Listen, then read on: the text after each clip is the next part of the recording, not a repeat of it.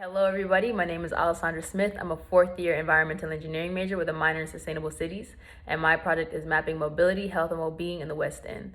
Some of the goals for my project were to map the current mobility infrastructure and food accessibility in the focus area. I wanted to utilize data and resources to display any disproportional infrastructure and access in the West End.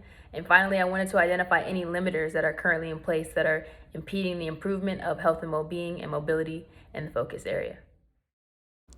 From a historical perspective, redlining and other systematic policies have led to the decline, progress, and progression of many communities in the United States, especially in Atlanta. The two areas of interest for my project were the 30314 and 30310 zip codes. Within the two zip codes, there are a total of 2 major brand grocery stores, which include Walmart and Kroger. While in a zip code on the Upper East Side, there are a total of 4 major brand grocery stores, which include Publix, Kroger, Whole Foods, and Trader Joe's. Additionally, in the West End, there's a higher presence of convenience stores and fast food. So what's the problem? The problem is the disproportionate access to a plant-rich diet in the West End. The data shows the effects and presence of the disproportionate food access by the health of the community members. And if you look at the figure to the left, you can see the difference in diabetes rates and also obesity rate. What is the proposed solution? That would be consolidating the data and the resources. With having evidence of the issue, it is important to evaluate the situation in such a way that does not create more problems.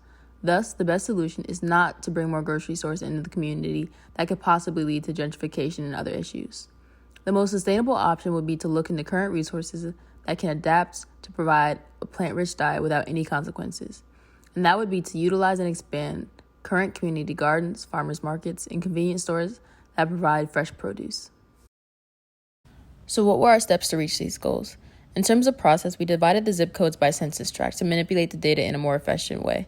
And then we compared the data about health and well-being and mobility to a sample, which was the 3038 zip code, which is around the Virginia Highlands area. Additionally, we look for information about the current resources in terms of community gardens, farmers markets, things of that nature. And then we combined all of these things with potential plant index to see where the potential is to have more farmers markets, community gardens, and where there's a need for change. Some of the takeaways from my project are that there are currently many efforts to provide a plant-rich diet to the members of the West End community, except they're just not all coordinated.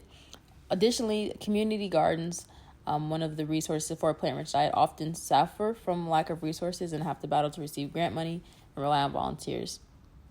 And also, I'd say the third most important would be that it's critical with mapping solutions and getting insight to consult all stakeholders, so community members, city planners, and private businesses. Also, I wanted to give a special thank you for all of the people that have helped me gain this information and these tools, and also all of the resources that provided this data.